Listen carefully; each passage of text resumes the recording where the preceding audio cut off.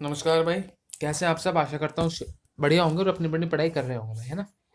तो इससे पहले वाली वीडियो में हमने प्रैक्टिस सेट नंबर 23 लगाया था, जिसमें हमने वाटर के पहले 20 क्वेश्चन करे थे ऊपर के। अब हम यहाँ आप देख सकते हैं, पहले हमने 20 क्वेश्चन करे थे यहाँ तक। अब हम इस वीडियो में नेक्स्ट 20 क्वेश्चन करेंगे। ठीक। तो अगर आप जूनियर असिस्टेंट, एमटीएस और डाक पियून वगैरह किसी भी चीज़ की DTPLSB में तैयारी कर रहे हैं, तो आपके लिए ये रीजनिंग की सीरीज एकदम परफेक्ट है। और वीडियो शुरू करने से पहले मैं आपको बता दूं, अगर आप किसी भी चीज़ का मॉक वगैरह लगाना चाहते हैं तो आपको भाई कुछ नहीं करना। आपको सिर्फ टेक्स्ट बुक का पास प्रो लेना होगा। ठीक। वो आपको कहाँ से मिलेगा मैं आपको बता दूं। अगर आप आज बाय कर लेते हैं भाई, तो वो आपको मिलेगा मात्र 395 रुपये का। और अगर आप कल लेंगे इसी चीज़ को, तो वो आपको मिलेगा 615 रुपये का। देख रहे हैं भाई कितना फ़र्क आ जा रहा है।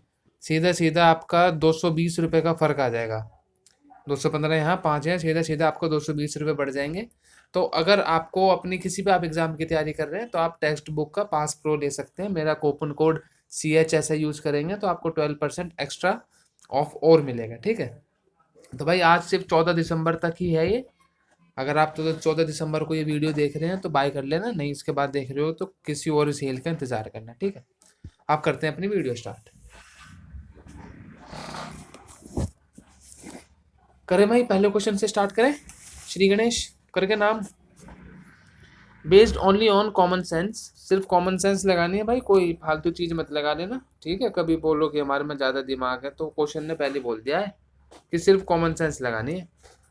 Based only on common sense और नॉर्मल एबिलिटी। तो हमें बता दो इन तीनों में, इन चारों में से कौन सा अलग है। Harmonium, harmonium, accordion, piano, flute. तो आंसर तो आपको पता है इसका फ्लूट है, पर क्यों अलग है मैं आपको यही बताने आया हूँ बस। क्योंकि हारमोनियम, अकॉर्डियन और पियानो ये सारे जो इंस्ट्रूमेंट हैं ये फिंगर से बजाए जाते हैं। फिंगरिंग की जाती है, मतलब फिंगर से बजाए जाते हैं ये। और फ्लूट जो होता है वो फूंक मार के बजाया जाता है ना। मतलब उसमें हवा ब्लो करनी पड़ती है तब बजता है वो। बस यही अंतर था, बाकी आप समझ गए होंगे। जो भी कुछ निकला मुंह से उसको लिए माफ़ी। If the all symbols are removed from the given series, then what will be the 11th element? अगर सारे सिंबल्स हम हटा दें तो 11th एलिमेंट हमारे पास क्या बचेगा। तो मैं ब्लैक करके एक बार सारे सिंबल हटा दूं। ये सिंबल है, इसको हटा दो। तो 1 2 3 4 5 इसे हटा दो। 6 इसे हटा दो। 7 8 9 10 इसे हटा दो। 10 11, 11 पे बचा है भाई 8, और यही आपका आंसर है ना। ठीक है। चलो नेक्स्ट। तो विच ऑफ द फॉलोइंग, वही भाई अपना दिमाग लगा के यहाँ पे आप फिर बता दो इन चारों में से क्या अलग है। बस कार, ट्रक, तीनों चीज़ आपकी रोड पे चलती है, ROAD। और ये आपका प्लेन हवा में चलता है। तो जो ज़्यादा हवा में उड़े उसको उड़ा दो। ओके। चलो नेक्स्ट क्वेश्चन। ऐसे ही करेंगे भाई, प्यार प्यार से, प्यार मोहब्बत में, ऐसे ही आपके 20 क्वेश्चन पूरे जाएंगे, आपको पता भी नहीं चलेगा। और आप कब मजे मजे में कॉन्सेप्ट सीख जाओगे आपको ये भी नहीं पता चलेगा। How is Palak related to. अब पलक कैसे संबंध रखती है only daughter of, the only daughter of Palak's mother. Palak's mother मतलब पलक की मम्मी। पलक्स मदर्स फादर मतलब पलक के नाना। और फादर्स वाइफ मतलब नाना की वाइफ, मतलब कौन हो गई, नानी। तो पलक कैसे रिलेट करती है नानी की एकलौती लड़की से। नानी की एकलौती लड़की मतलब उसकी मम्मी। तो अपनी मम्मी की पलक क्या लगेगी, डॉटर लगेगी भाई। और कोई बात ही नहीं है, सिंपल है, थर्ड आंसर है। नहीं समझ आया हो तो हिंदी में अपने किसी घर वाले से पूछना है, वो भी बता देंगे आपको। बस क्वेश्चन हिंदी में होना चाहिए। ब्लड रिलेशन के क्वेश्चन तो घर में कोई भी बड़ा बूढ़ा कर देगा। आओ नेक्स्ट क्वेश्चन करते हैं भाई। बुक किस चीज़ की बनी होती है, पेपर की। और मेटल किस चीज़ का बना होता है, ओर का। जाहिर सी बात है ना। और ऑप्शन नंबर 2 आपका ठीक हो जाएगा। चलो नेक्स्ट क्वेश्चन। आओ ये है सीखने वाला क्वेश्चन, इसको करके देखो। All forest are turmeric. ये जो सारे फॉरेस्ट हैं ये क्या है, ये है टर्मरिक। तो जब ये ऑल होता है ना तो छोटी चीज अंदर आती है। ऑल फॉरेस्ट आर टर्मरिक, ऐसे इसका पाई चार्ट बना लो। All forest are turmeric and all turmeric are herb. ये जो सारे हर्ब है ये टर्मरिक है, ऐसे। अब इनमें भाई करने का तरीका होता है, मैं आपको बताता हूँ। क्या ऑल टर्मरिक आर फॉरेस्ट? क्या सारे टर्मरिक फॉरेस्ट हैं? अब हमें ये बताना है, क्या सारे टर्मरिक फॉरेस्ट है? नहीं भाई। जब आप छोटे से बाहर की तरफ जाओगे ना, तो आप कहोगे कि ऑल फॉरेस्ट आर टर्मरिक और ऑल फॉरेस्ट आर हर्ब, जब आप छोटे से बड़े की तरफ जाओगे। पर जब आप बड़े से छोटे की तरफ आओगे तो आप बोलोगे सम हर्ब आर फॉरेस्ट और सम हर्ब आर टर्मरिक। आया समझ? जब बड़े से छोटे की तरफ तो ऑल आएगा और बड़े से छोटे की तरफ सम आएगा।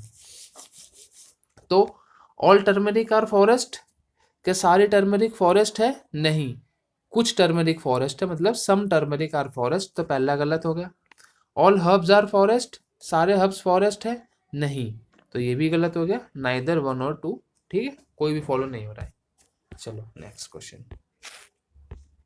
5 फ्रेंड्स हैं, इन्हें बिठा दो भाई, जहाँ भी बैठेंगे। 5 फ्रेंड्स नीति, Indu, Rajan, Suchit, Riyaz are sitting in straight line facing north. भाई तो ये नॉर्थ की तरफ देख रहे हैं, पहले इन्हें बिठा दो। 1 2 3 4 5 भाई है ही, ठीक है। स्टार्ट करते हैं। नीति सिट्स एक्सट्रीम लेफ्ट हैंड, तो भाई नीति बिल्कुल ही कोने पे बैठ गई आके, ठंड का टाइम है, कोने की सीट उसने पकड़ ली है। इंदु सिट्स एग्जैक्टली बिटवीन नीति एंड सुचित, तो इंदु नीति और सुचित के बीच बैठी है, तो नीति के बगल में तो लेफ्ट में तो और कोई बैठ ही नहीं सकता, तो जाहिर सी बात है इंदु यहीं बैठेगी और सुचित इसके बगल में बैठेगी, है ना। अब नेक्स्ट पढ़ते हैं। Suchit is sitting exactly between Indu and Riyaz, तो जो सुचित है वो इंदु और रियाज के बीच बैठी है। If Riyaz is sitting second from the right hand, Riyaz second from the right hand पे बैठा है, बिल्कुल ठीक है। Then who is sitting at the right hand, तो इस राइट हैंड पे कौन बैठा है? जो पांचवा बंदा बच गया, कौन बच गया? नीतू बैठ गई, इंदु बैठ गई, राजन बच गया, सुचित बैठ गई, रियाज बच गया, तो राजन बच गया, तो राजन ही बैठेगा। नेक्स्ट क्वेश्चन, सिंपल ना। अब इस क्वेश्चन पे आओ भाई, सिंपल है। 7 का स्क्वायर कितना होता है? 49। ओहो, पेन ले लूं। 7 का स्क्वायर कितना होता है? 49 प्लस 7 56। 9 का स्क्वायर कितना होता है? 81 प्लस 9 90, है ना। मैंने आपको कल भी कहा था 20 तक स्क्वायर 10 तक क्यूब याद कर लो, बहुत काम आएंगे।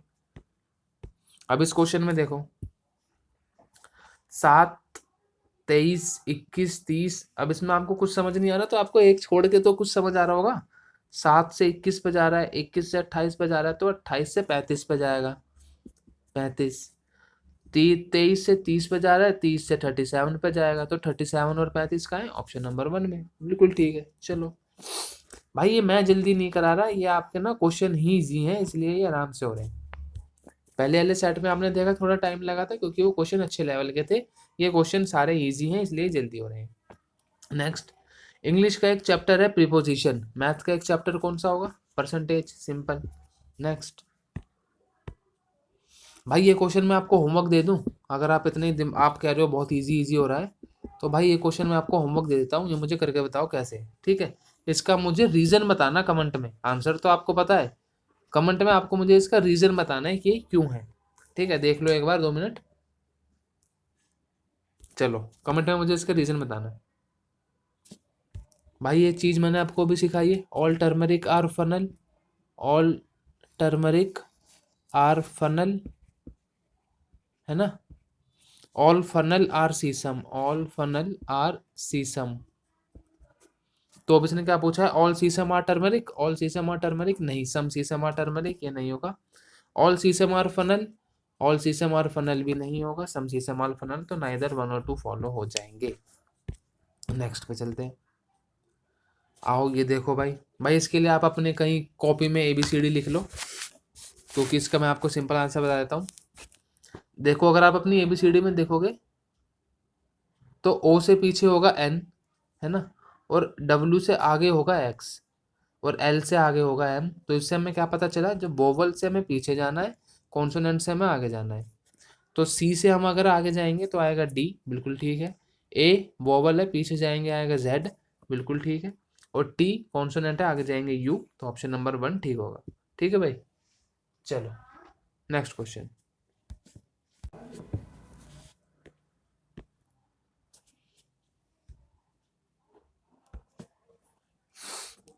आओ भाई नेक्स्ट क्वेश्चन। अब इसमें से भी हमें तीनों चारों में से एक चीज को अलग करना है ना। अब ये देख लो भाई, लिली, जैस्मिन और मैरीगोल्ड ये तीनों ही आपके फ्लावर हैं, आपको पता होगा। और ऑरेंज आपका फ्रूट है। बढ़िया ठंड का टाइम है, खूब संतरे खाओ धूप में बैठ के। और क्या जिंदगी है भाई, पढ़ते रहो संतरे खाते रहो। आओ नेक्स्ट क्वेश्चन, ये बढ़िया क्वेश्चन है थोड़ा। प्रेम, कुणाल, राजेश, सोहन, तरुण 5 लड़के हैं who lives on a different floor but not necessarily in the same order. तो ये 5 लड़के तीनों पांचों फ्लोरों पे रहते हैं। नामांकन कर दे हम, 5 3 4 2 1 कर दिया इनका नामांकन। अब इनको बिठा दो जहां भी ये बैठना चाहे। Kunal lives on the second floor from the top. तो जो कुणाल है वो सेकंड पे बैठा है पर लेकिन टॉप से, तो यही होगी। कुणाल आपका फोर्थ पे बैठ गया, कुमाल नहीं कुणाल भाई। और Sohan lives immediately below the floor of Kunal. जो सोहन है वो बिल्कुल कुणाल के नीचे है, तो आपका जो सोहन है कुणाल के नीचे रह गया। Tarun lives between the floor of Sohan and Rajesh. जो तरुण है वो सोहन और राजेश के बीच में है, ऐसे, ठीक है। If Prem lives at the top floor, Prem top पे है, ये भी इसने बता दिया। अब इसने पूछा क्या है, who lives on the middle floor. Middle floor number मतलब 3, तो यहाँ पे रहता है सोहन। ये बहुत इजी था भाई, बहुत ज्यादा इजी था। इसी को क्वेश्चन को वो घुमा भी देता है, ठीक है। आओ ये क्वेश्चन करते हैं, ये भी आसान क्वेश्चन है। Which of the following option will the embed in the original. तो इसमें से इसमें क्या एम्बेड है ये देख लो। कुछ आपको दिख रहा है, नहीं दिख रहा, मैं दिखाऊं। ऑप्शन नंबर 2 में देखो, ये देखो, ये है ऐसी फिगर है ना। ऑप्शन नंबर 2 आपका ठीक होगा। ये आपको होमवर्क है भाई, एक क्वेश्चन और होमवर्क दे रहा हूँ मैं आपको 20 में से। बहुत आसान क्वेश्चन है, बस इनकी जगह वैल्यू पुट कर दो, आपका आंसर आ जाएगा। मेरे को आपको भाई मेन बताना है कॉन्सेप्ट, ठीक है, आपका टाइम वेस्ट नहीं करना मुझे। अब आप अपनी ABCD देखो एक बार। SRQPON, बिल्कुल ये लाइन वाइज चलते आ रहे हैं। SRQPON, एन के बाद आता है M, आपका आंसर होगा M। मतलब ये रिवर्स में चल रही है आपकी अल्फाबेट। Next question 19। अब इसने क्या पूछा इसमें, how many such symbols are there in a given series each of which is immediately preceded by letter. Preceded मतलब होता है जिसके पीछे लेटर हो। ऐसे कितने सिंबल हैं जिसके पीछे लेटर हो। तो ये एक जोड़ा बन गया, ये सिंबल है इसके पीछे लेटर है। ये एक जोड़ा है इसके पीछे सिंबल लेटर। ये एक जोड़ा है सिंबल के पीछे लेटर, है ना।